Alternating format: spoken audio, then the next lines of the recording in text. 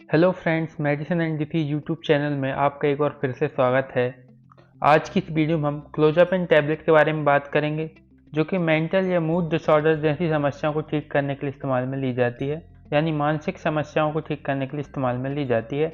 इस वीडियो में हम जानेंगे कि क्लोज़ापिन दवा क्या है, किस तरह की समस्याओं को ठीक करने के लिए इस दवा का यूज किया जाता है, कौन कौन से ब्रांड नेम से यह दवा मार्केट में उपलब्ध है, किस डोज या मात्रा में यह दवा मरीज को लेनी चाहिए, कौन कौन से साइड इफेक्ट इस दवा के देखने को मिल सकते हैं, और वीडियो के लास्ट में हम जानेंगे कि इस दवा को लेने से पहले हमें कौन कौन सी वार्निंग्स और प्रिकॉशन का ध्यान रखना चाहिए। कंप्लीट जानकारी के लिए वीडियो को लास्ट तक जरूर देखिएगा, और अभी तक आपने हमारे यूट्यूब चैनल को सब्सक्राइब नहीं किया है तो प्लीज़ चैनल को सब्सक्राइब कर दें और बेल आइकन को टच करके ऑल पर जरूर कर दें, ताकि चैनल से रिलेटेड नोटिफिकेशन सबसे पहले आपको मिल सकें। तो फ्रेंड्स, मैं हूँ आपका दोस्त आदर्श कुमार बाती। चलिए वीडियो को स्टार्ट करते हैं।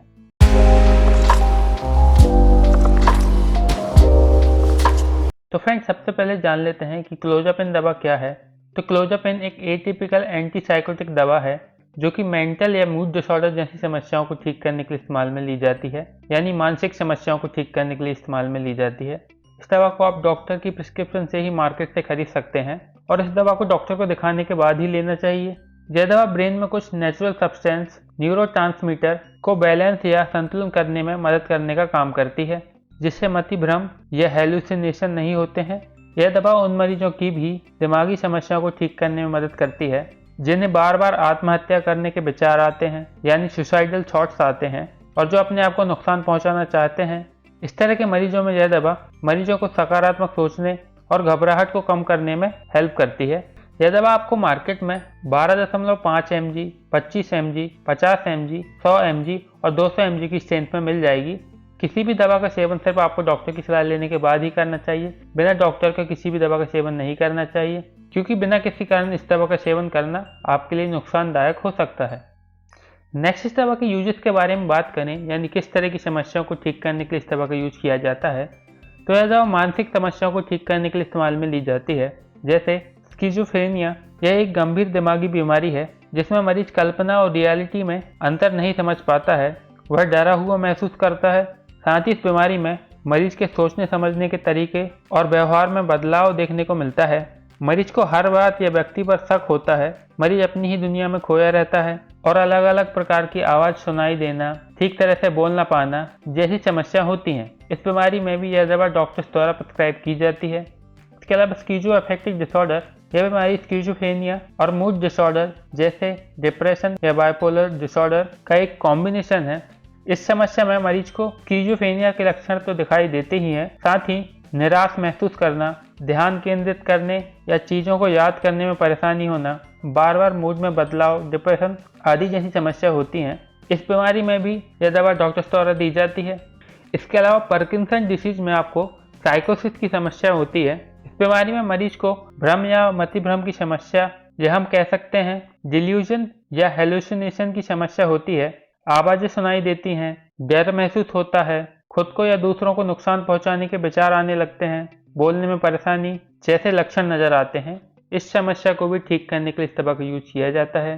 इस तरह के लक्षण अगर आपको किसी आसपास के व्यक्ति में नजर आते हैं तो उस व्यक्ति को यह सब बीमारी हो सकती है, इसलिए उसे डॉक्टर को जरूर दिखाएं। नेक्स्ट, इस दवा के ब्रांड नेम्स की बात करें तो यह दवा मार्केट में कई अलग अलग ब्रांड नेम से मिल जाती है। जैसे क्लोज़ापिन दवा आपको मार्केट में सीजोपिन नाम से मिल जाएगी, स्कीजोरेल नाम से मिल जाएगी, साथ ही लोजापिन, जापोरेल, क्लोमैच जैसे ब्रांड नेम से आपको मार्केट में मिल जाएगी। इसके अलावा इस दवा के और भी कई ब्रांड्स हैं जो आपको एरिया और डॉक्टर के मुताबिक अलग अलग नाम से मिल जाएंगी। इस दवा के डोज के बारे में बात करें तो यह दवा आपको मार्केट में 12.5 mg, 25 mg, 50 mg, 100 mg और 200 mg की स्ट्रेंथ में मिल जाती हैं। एडल्ट में इस दवा के डोजेस के बारे में बात करें तो हमेशा यह दवा लो डोज से ही देनी स्टार्ट की जाती है, यानी सबसे कम डोज से ही आपको यह दवा स्टार्ट में दी जाएगी। जैसे शुरुआत में आपको 12.5 mg की दवा दिन में एक बार या दो बार, यह आपकी कंडीशन पर डिपेंड करता है कि आपको दिन में एक बार दी जाएगी या दो बार दी जाएगी, 7 दिनों तक दी जाएगी। उसके बाद ग्रेजुअली इस दवा का डोज हर हफ्ते बढ़ाया जाएगा, जैसे कि 25 से 50 mg पर डे इंक्रीज करके आपको एक हफ्ते तक दी जाएगी। उसके बाद के अगले हफ्ते आपको 25 से 50 mg फिर बढ़ाकर एक हफ्ते तक दी जाएगी। इस दवा का डोज ग्रेजुअली इंक्रीज किया जाएगा जब तक कि आपका डोज टारगेट डोज 300 mg से लेकर 450 mg पर डे ना हो जाए। ध्यान रखें, यह दवा आपको हर दिन नहीं बढ़ा के दी जाएगी, यह आपको लगभग 1 हफ्ते तक सेम डोज में दवा दी जाएगी और अगले हफ्ते डोज बढ़ाकर 1 हफ्ते तक दी जाएगी। उसके बाद धीरे धीरे करके आपका डोज हर हफ्ते बढ़ाया जाएगा। इस दवा को सिर्फ डॉक्टर की सलाह लेने के बाद ही लेना चाहिए। इसके अलावा 18 साल से कम उम्र वाले मरीज को यह दवा बिल्कुल भी नहीं दी जाती है, यानी टीनेजर्स या बच्चों को यह दवा बिल्कुल भी नहीं दी जाती है।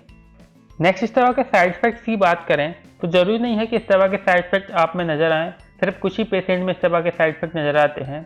इस दवा के साइड इफेक्ट में आपको नोजिया या वॉमिटिंग की समस्या हो सकती है, डिजीनेस या चक्कर आने की समस्या हो सकती है, लो ब्लड प्रेशर की समस्या हो सकती है, आपकी बॉडी में व्हाइट ब्लड सेल काउंट बढ़ सकता है और कम भी हो सकता है, टैकीकार्डिया जैसी समस्या हो सकती है, लीवर एंजाइम्स बढ़ सकते हैं, कॉन्स्टिपेशन यानी कब्ज की समस्या हो सकती है, आपको बहुत ज़्यादा पसीना आ सकता है, देखते समय ठीक से ना देखना जैसी समस्याएं हो सकती हैं। ये या इसके अलावा किसी और अनवांटेड साइड इफेक्ट से अगर आपको बहुत ज़्यादा प्रॉब्लम होती है तो यह बात अपने डॉक्टर को ज़रूर बताएं ताकि आपको फर्दर ट्रीटमेंट दिया जा सके। अब जान लेते हैं कि इस दवा को लेने से पहले आपको कौन कौन सी वार्निंग्स और प्रिकॉशन का ध्यान रखना चाहिए। अगर आप इस दवा से एलर्जिक हैं या हाइपर सेंसिटिव हैं तो इस बारे में आपको डॉक्टर को ज़रूर बता देना चाहिए, क्योंकि एलर्जी या हाइपर सेंसिटिविटी की समस्या में डॉक्टर आपको इसके अलावा कोई और दवा प्रिस्क्राइब करेंगे। इसके अलावा अपनी मेडिकल हिस्ट्री और चल रही दवाइयों के बारे में अपने डॉक्टर को जरूर बता दें, स्पेशली अगर आपको पहले कभी ब्लड डिसऑर्डर की समस्या रही है या आपको बॉबल से जुड़ी कोई समस्या है, सांस लेने में परेशानी होती है, आपको डायबिटीज़ की समस्या है, हाई कोलेस्ट्रॉल या हाई ट्राइग्लिसराइड की समस्या है, ग्लूकोमा की समस्या है, हार्ट रिलेटेड कोई प्रॉब्लम है, किडनी की समस्या है, लीवर की समस्या है, आपको मोटापे की समस्या है, सीजर यानी दौरे की समस्या है या आपको पेशाब करने में परेशानी होती है, तो ऐसी समस्याओं के बारे में आपको डॉक्टर को ज़रूर बता देना चाहिए, क्योंकि ज़्यादातर डॉक्टर इन सब समस्याओं में आपको यह दवा प्रिस्क्राइब नहीं करते हैं, इस दवा के अलावा कोई और दवा प्रिस्क्राइब करते हैं, या इन सब कंडीशन में आपको यह दवा तभी दी जाएगी जब आपको इस दवा की बहुत ही ज़्यादा ज़रूरत हो। इसलिए डॉक्टर को इन सब समस्याओं के बारे में ज़रूर बता देना चाहिए। इसके अलावा 18 साल से कम उम्र के बच्चों को या मरीजों को यह दवा बिल्कुल भी नहीं दी जाती है। इसके अलावा क्लोजापिन लेते समय आपको सीजर की समस्या हो सकती है, स्पेशली जब आप इसे बहुत हाई डोज में लेते हैं। अगर आपको सीजर या दौरे की समस्या होती है तो आपको तुरंत अपने डॉक्टर को जरूर बता देना चाहिए ताकि आपकी समस्या का समाधान निकाला जा सके। इसके अलावा इस दवा को लेते समय आपको ड्राइविंग नहीं करना चाहिए और किसी प्रकार की हेवी मशीनरी का यूज बिल्कुल भी नहीं करना चाहिए। साथ ही इस दवा को लेते समय आपको एल्कोहल का सेवन बिल्कुल भी नहीं करना चाहिए। इसके अलावा अगर आप एक प्रेग्नेंट वुमन हैं या एक ब्रेस्ट फीडिंग मदर हैं तो बिना डॉक्टर की सलाह के आपको इस दवा का सेवन बिल्कुल भी नहीं करना चाहिए। यह आपके बच्चे के लिए हानिकारक हो सकता है, इसलिए डॉक्टर की सलाह लेने के बाद इस दवा का सेवन करें। अगर आपको मेरी यह वीडियो पसंद आई है तो वीडियो को लाइक करें, शेयर करें और चैनल को सब्सक्राइब करना बिल्कुल भी ना भूलें। और अगर आपको किसी तरह की समस्या है या आप किसी चीज़ के बारे में मुझसे जानना चाहते हैं तो वीडियो के नीचे कमेंट कर मुझसे पूछ सकते हैं। आपसे फिर मुलाकात होगी किसी और वीडियो में, तब तक के लिए टेक केयर।